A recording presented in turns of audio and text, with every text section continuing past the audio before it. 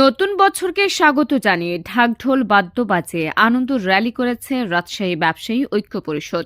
রাজশাহীতে রমজানে বাজার মনিটরিং করবে ব্যবসায়ীরা। নতুন বছরকে স্বাগত জানিয়ে আনন্দ র্যালি করেছে রাজশাহী ব্যবসায়ী ঐক্য পরিষদ।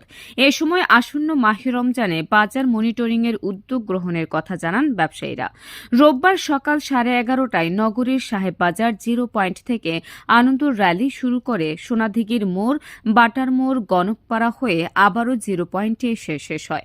এতে অংশগ্রহণ করেন রাজশাহীর ব্যবসায়ী ঐক্য পরিষদের সদস্যরা ও স্থানীয় ব্যবসায়ীরা।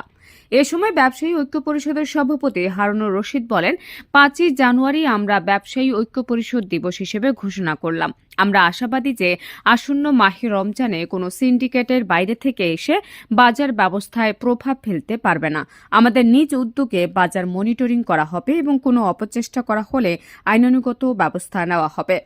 আনন্দ র্যালিতে বিভিন্ন ব্যবসায়ীবৃন্দ উপস্থিত ছিলেন। তারা বলেন, আমাদের প্রত্যাশা নতুন বছরে অতীতের সকল গ্লানি ভুলে আমাদের সকলের জীবনে বয়ে আনুক সুখ, শান্তি ও সমৃদ্ধি। নাহার নিশি, সিএন বাংলা, ডেস্ক রিপোর্ট।